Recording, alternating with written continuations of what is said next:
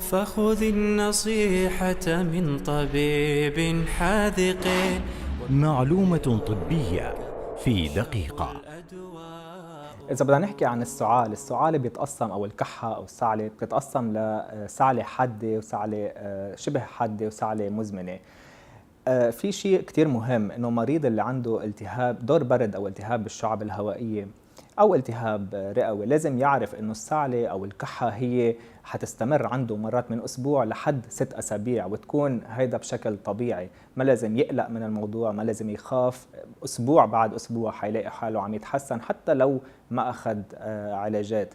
فعشان هيك مش لازم كتير نجبر أو نروح ونطلب دواء للسعلة إلا ببعض الأوقات اللي بتكون السعلة عن جد مزعجة، لأنه بنعرف إنه السعلة أو الكحة مرات بتسبب أوجاع بالجسم، بتسبب صداع، بتسبب كسور مرات بالضلوع، بتسبب تقيؤ ومرات غياب عن الوعي.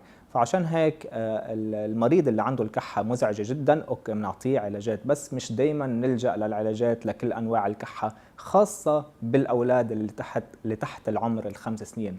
الاولاد اللي تحت عمر ال5 سنين اذا الكحة مش عم تأثر على نومهم على حياتهم اتركوهم، حيتحسنوا تدريجيا، بس اهم شيء تبعدوا عنهم اي روايح مزعجة، الدخان، البخور او هاي الاشياء اللي ممكن تهيج السعلة.